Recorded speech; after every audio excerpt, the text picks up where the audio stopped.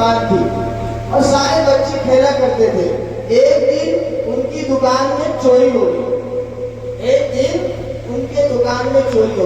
تو لالا صاحب نے تمام بچوں کو کھڑا کیا کہ یہی بچے میری دکان کے باہر کھیل رہے ہیں, ہو نہ ہو یہی بچے میری دکان سے چوری کیا ہو.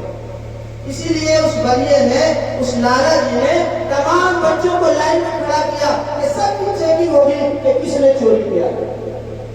سارے بچوں کو لائن میں کھڑا کر دیا گیا. ہمارے پروفیسر صاحب وہ اپنا واقعہ بیان کر رہے تھے کہ بچپن میں بھی چھوٹا تھا, مجھے بھی لائن میں کھڑا کر دیا گیا. لیکن جب اس لالا جی نے دیکھا کہ ارے یہ تو خان صاحب کا بیٹا ہے, لالا جی نے جیسے اس کی نظر پڑی میرے اوپر تو اس نے کہا یہ تو خان صاحب کا بیٹا ہے. کہا بابو تم سائڈ ہو جاؤ, یہ خان صاحب کا بیٹا ہے, یہ مسلمان کا بچہ ہے, سب کچھ کر سکتا ہے, چوری نہیں کر سکتا. یہ غیر مسلموں کے ذہن میں, دماغ میں یہ بیٹھا ہوا تھا کہ یہ مسلمان ہے, یہ نبی کا کلمہ پڑھنے والا ہے, یہ اللہ پر ایمان رکھنے والا ہے, کبھی جھوٹ نہیں بولے گا.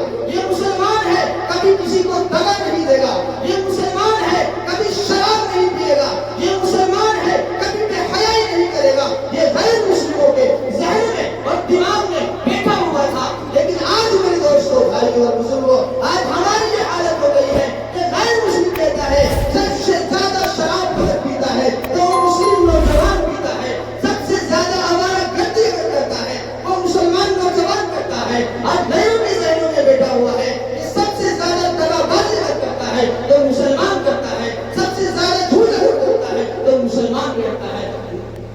بتلائیے کہ غیر مسلموں کے ذہن میں اگر یہ بات بیٹھ جائے گی تو وہ ہماری کتنی عزت کرے گا, اور اس کے ذہن میں اور دماغ میں اسلام کی تئیں کیا اثر ہوگا, کیا بیٹھے گا. اس لیے میرے دوستوں, بھائیوں اور بزرگوں, حضرت والا اپنے انداز میں, بڑے اچھے انداز میں ہمیں اور آپ کو یہ پیغام دے کر جا رہے تھے کہ قوت عشق سے ہر پست کو بالا کر دے, دہر میں اس میں محمد سے اجالا کر دے. آپ حضرات بیان سن کر کافی تھک گئے ہیں, غنودگی آپ لوگوں کے چہروں پہ نظر آ رہی ہے, بزمودگی آپ لوگوں کے چہرے پہ نظر آ رہی ہے, اور میں